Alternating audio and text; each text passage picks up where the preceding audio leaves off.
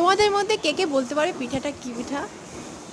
ছোটোবেলায় দেখতাম মাকে পিঠাটা বানাতে। আজ আমি নিজের হাতে পিঠাটা বানাচ্ছি।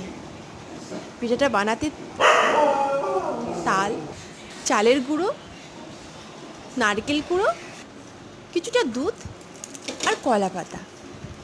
সম্পূর্ণ পিঠাটা ভাজতে হবে কলা পাতায় করে। কলা পাতায় করে পিঠাটা সুন্দর করে লাল করে ভেজে নিতে হবে। যখন কলা পাতাটা পুড়ে পুড়ে আসবে তখন তোমরা কলা পাতাটা খুলে দেখতে পারো যে পিঠাটার কালার ব্রাউন কালার হয়েছে কিনা। যখন দেখবে পিঠার কালারটা হালকা হালকা ব্রাউন হয়ে গেছে এবং উপরটা হালকা হালকা কালো কালো হয়ে গেছে, তখন পিঠাটা হয়ে গেছে। পিঠাটা খেতে কিন্তু বেশ লাগে আমার। তোমাদের কেমন লাগে জানিও।